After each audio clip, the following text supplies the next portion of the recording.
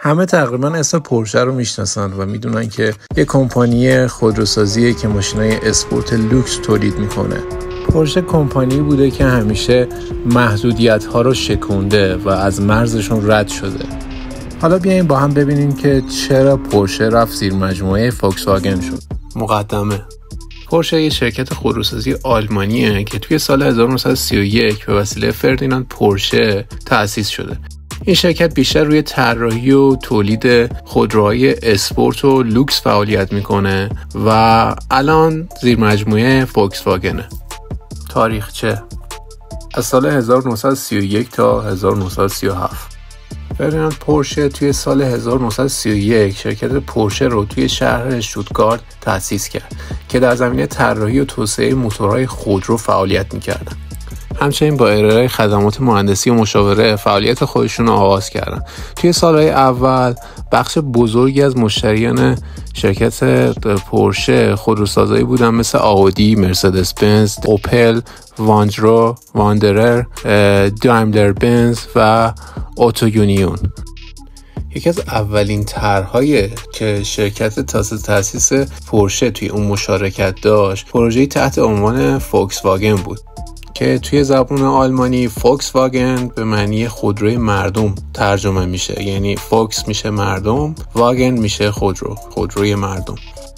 تو وسطای سال 1930 شرکت پورشه به ویژه فردیناند پورشه از سوی دولت آلمان نازی برای طراحی نخستین خودروی فولکس واگن دعوت به همکاری شد. این خودروی فولکس واگن بیتل نام داشت که امروزه به عنوان یکی از موفق ترین خودروهای تولید شده در طول تاریخ شناخته میشه.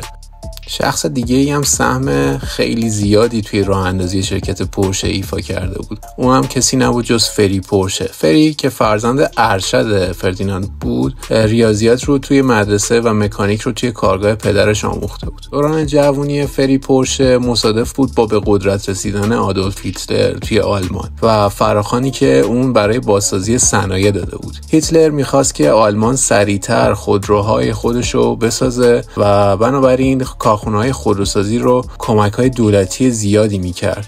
اگر تا اینجا از ویدیو لذت بردین ویدیو رو لایک کنید. توی همین شرایط بود که از طرف هیتلر دعوتنامه‌ای برای همکاری توی شرکت جدیدی که فولکس واگن نام داشت برای فردیناند پورشه ارسال شد. او هم شرایط مدیریت کارخونه آتو یونیون و واندرر رو بر عهده گرفت. از سال 1937 تا 1951 قرارداد همکاری فردیناند پورشه با شرکت آتو یونیون توی سال 1938 به اتمام رسید و به جهت درگیر بودن آلمان توی جنگ اون بیشتر وقت خودش رو صرف طراحی ماشین‌آلات جنگی کرده بود. از تولیدات زمان جنگ فردیناند پورشه میشه 2 نمونه تانک نام برد که تانک تایگر 1 و تانک تایگر 2 بودن. توی سال 1939 نخستین خودروی پورشه ساخته شد که بیشتر از قطعات فولکس واگن بیتل استفاده شده بود. اسم این خودرو رو پورشه 64 گذاشتن. با پایان جنگ فردیناند پورشه و فری پورشه هر دوشون به اسارت فرانسویا در اومده بودن. فرانسویا برای آزادی هر کدوم از این پورشه ها 500,000 فرانک مطالبه کردن. اما وزارت مالی خانواده پورشه تنها اجازه پرداخت وثیقه یکی از اونا رو میداد. به همین دلیل پسر، یعنی در واقع فری پورشه، توی ماه ژانویه 1946 آزاد شد و بلافاصله راهی اتریش شد. اما پدر در اسارت فرانسویا باقی مونده بود. فری پس از مدت کوتاهی با هدف بازسازی کارخانه پدریش راهی آلمان شد، اما پیگیری‌های او با مخالفت و پاسخ منفی از سوی نیروهای متفقین مواجه شده بود. این باعث شدش که فری پورشه به اتریش برگرده و کارخانه کوچیکی برای ساخت پمپ آب و لوازم لوله کشی تأسیس کنه.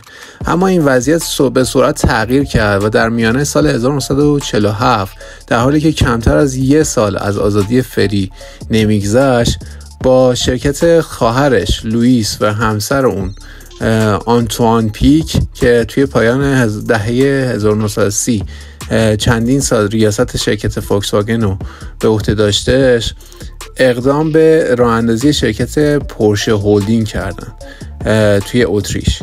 این شرکت توی زمینه واردات و توزیع خودروی آلمانی به کشور اتریش فعالیت میکرد. عقد قرارداد با برخی از کارخانه‌های خودروسازی باعث شد که فری انگیزه ساخت یه خودرو رو پیدا کنه. خودرویی که بر مبنای فولکس واگن بیتل در سال 1947 طراحی شد. پورشه 356 اسم گرفت. طراحی مدل اول این خودرو چند سال قبل توسط همون فردیناند پورشه انجام شده بود، اما کار تولید این مدل با همکاری همون فری پورشه به پایان رسید. مدل 356 از یه موتور 4 سیلندر هواخنک با قدرت 35 اسب بخار نیرو می‌گرفت که در قسمت عقب خودرو نصب شده بود. پورشه 356 دومین خودرویی بود که به نام پورشه تولید میشد. فری توی سال 1949 به اشتوتگارت برگشت و کارخانه پورشه رو توی همون اشتوتگارت ساخت. بعد از اون نشون لوگوی پورشه همون شهر اشتوتگارت در نظر گرفته شد.